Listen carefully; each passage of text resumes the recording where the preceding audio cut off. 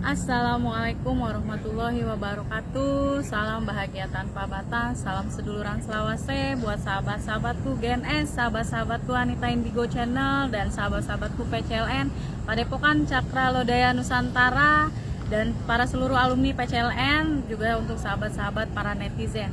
Oke sahabat-sahabatku, bertemu kembali dengan saya Anita. Live kali ini kita sedang berada di Pantai Parangkusumo, sahabat-sahabat, di daerah Bantul, Yogyakarta. Ya, kali ini kembali Nita akan berpetualang menguak sejarah dari Kerajaan Mataram. Ya, bagaimana bisa berdirinya Pantai Parangkusumo ini dan apa sejarahnya. Tetap ikuti terus petualangan Anita Indigo. Dan sebelum masuk ke channel, sahabat-sahabat, seperti biasa kita sholawat dulu, sahabat-sahabat.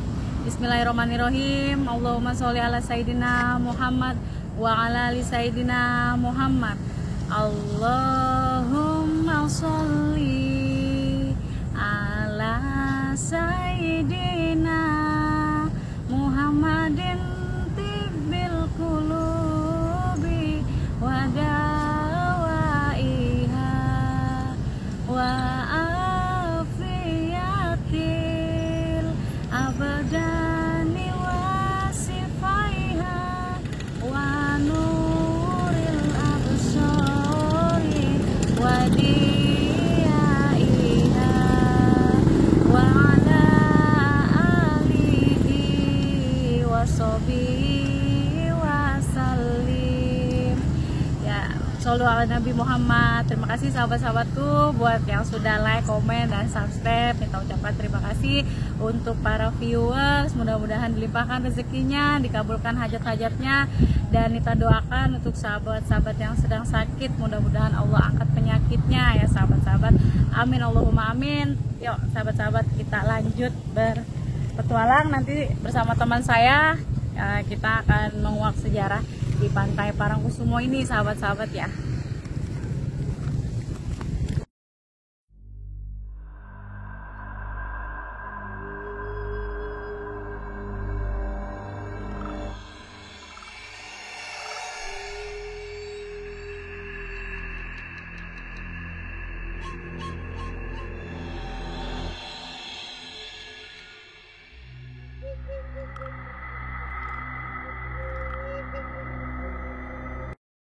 Oke sahabat-sahabat, nih sekarang Nita sudah berada di Sepuri Parangkusumo ya, bersama teman-teman sahabat-sahabat.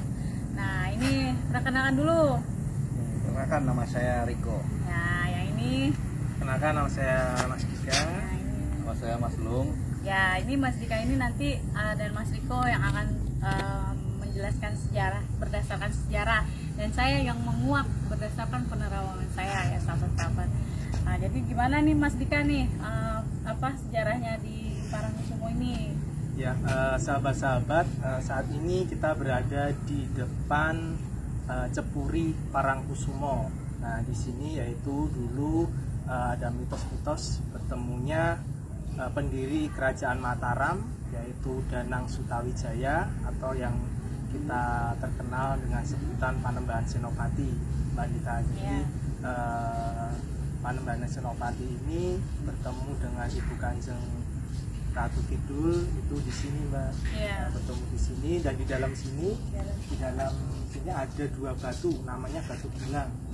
Ya, sahabat-sahabat, namanya batu gilang. Ya, ada dua batu gilang warnanya hitam, yang satu itu besar, itu buat tempat betapanya Panembahan Senopati. Ya, kemudian ada yang kecil, itu tempat buat Ibu Kanjeng Ratu Kidul.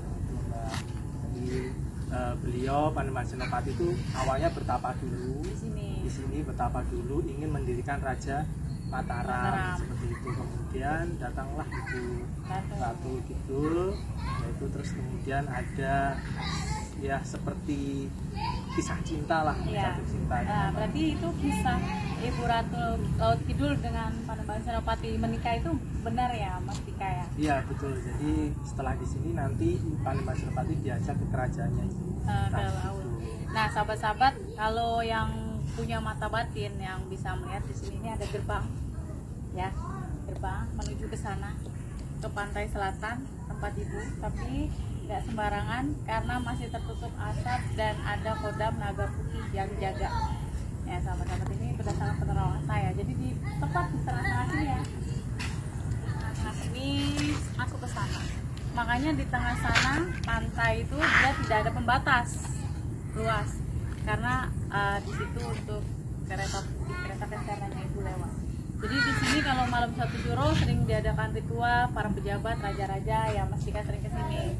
Nah, di sini juga tadi pas pertama saya masuk itu ada sesosok seperti orang tua, itu nenek-nenek, itu puncennya, sahabat-sahabat.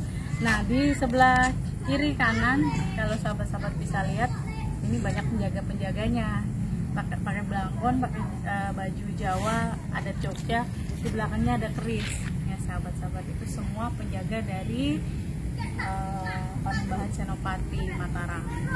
Jadi memang tempat ini tuh sakral. Nah, Mas Riko gimana nih kalau penelusuran Mas Riko? Mas Riko juga kan orang sejarah juga. Kalau Mas Lung kan sama saya dari Jakarta, makanya kita kesini ingin menguak sejarah. Gitu. Oke, sahabat-sahabat.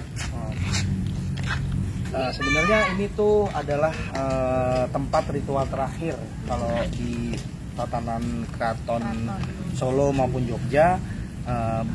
Kita tarik garis lurus dari sejarahnya yang diceritakan tadi Mas Dika, Panembahan Senopati itu saya menceritakan tentang ritual. Kita dimulai dari Wonogiri dulu. Kebetulan saya asli Wonogiri, lahir di sana.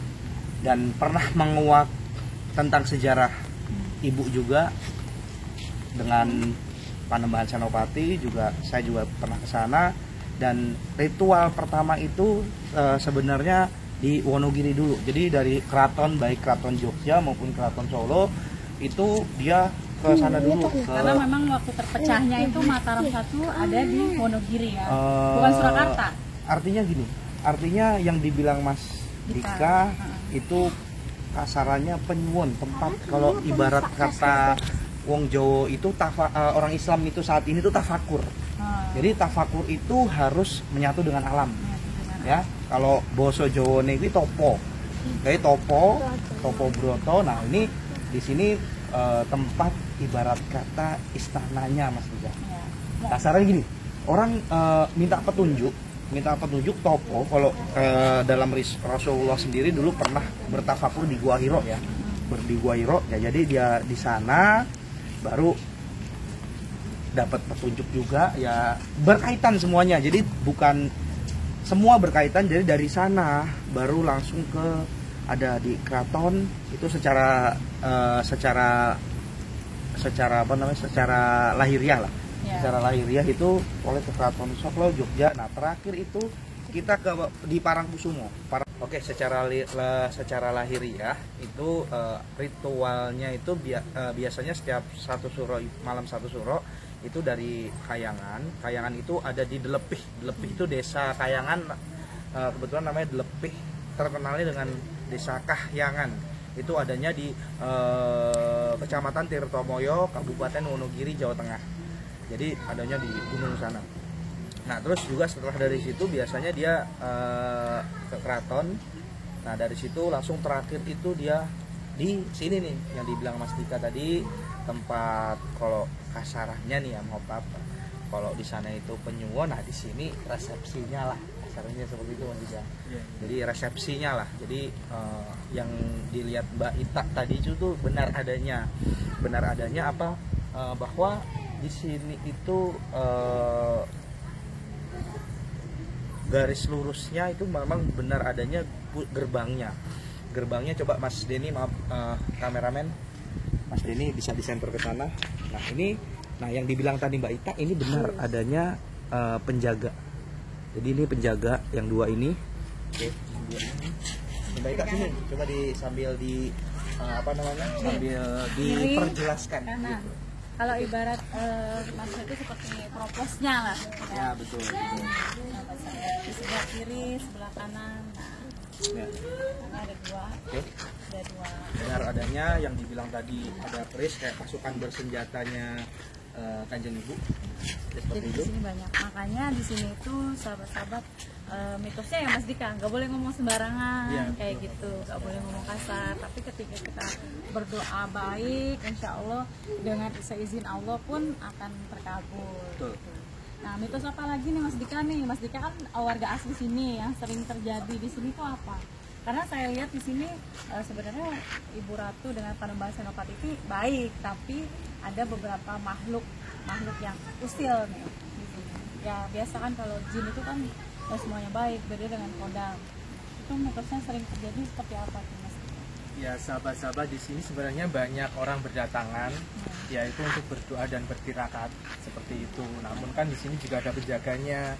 Nah, yang ada di sini pun mereka akan tahu tujuan orang yang datang itu juga Mbak, orang tahu kayak gitu kan. Jadi tujuannya untuk apa, Baik atau tidak kayak gitu. Karena biasanya di sini dari juga kuncen-kuncen yang ada di sini menyampaikan juga Mbak bahwa kalau di sini itu tempatnya untuk berdoa, untuk meminta kemakmuran kerajaan Mataram seperti itu.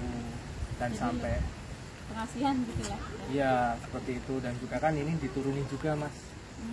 Ya Mas Riko juga kan dari zaman kerajaan Mataram sampai sekarang Kesultanan Yogyakarta itu diturunin, dan kita juga ada acara labuhan yaitu satu surau itu tadi yang disampaikan oleh Mas Riko, dan juga setiap Selasa Kliwon dan Jumat Kliwon itu di sini rame. Selasa Kliwon, jadi Selasa Kliwon itu ibaratkan namanya Anggoro Kasih. Ya, Soalnya namanya Anggoro Kasih. Kalau di keraton itu biasanya setiap, mungkin keraton Jogja ada juga ya Mas ya, Selasa Kliwon juga ya ritual juga ya? ada Itu ritualnya juga. namanya biasanya emang namanya itu Selasa Kliwon itu Anggoro Kasih. Seperti Jadi itu. ada maknanya ya sahabat-sahabat. Itulah kenapa saya tertarik ke daerah Jogja, karena di sini masih kental budayanya, spiritualnya, dan banyak misteri di daerah Jogja ini yang belum terkuak. Tapi untuk Pantai Parangkusumo sendiri ini sering memakan korban jiwa nggak Mas? Sebenarnya kan ada mitos juga tuh Mbak, memakai baju Hijau, dan ya. sebagainya. Nggak Sebenarnya boleh. itu tuh sebenarnya kalau dari Ibu Ratu itu sebenarnya nggak terpengaruh sih sebenarnya Mbak. Jadi memakai baju hijau atau sebenarnya nggak, cuman ya itu tadi tergantung dari niatnya kesini tujuannya untuk apa. Atau mungkin sugesti ya. Sugesti aja seperti itu sih sebenarnya, itu hanya ini aja mitos seperti itu. Oke sahabat-sahabat, terima kasih banyak Mas Dika, Mas Riko, dan Mas Lu atas keterangannya. Karena cuacanya hujan, jadi kita sampai di sini dulu. Gitu. Jadi banyak makna yang tersirat di Pantai Parangkusumo ini, dan banyak juga sejarah-sejarah yang belum terkuak ya sahabat-sahabat. Makanya di sini saya ingin tadi bertanya sedikit tentang sejarah, dan saya menerawang sedikit, cuma memang nggak sampai masuk ke dalam karena di sana dijaga dengan seekor naga putih dan sosok seperti orang tua ya, itu pakai baju selendangnya kuning sahabat-sahabat, pakai baju selendangnya kuning, dan dia pakai kembangnya panjang, kembang melati. Makanya tadi pas kita ziarah kita bawa kembangnya seperti biasa, kembang telon 3 rupa ya sahabat-sahabat. Itu aja dari saya, terima kasih banyak. Akhirul kalam saya ucapkan wassalamualaikum warahmatullahi wabarakatuh. Salam puter tasbih, wassalamualaikum.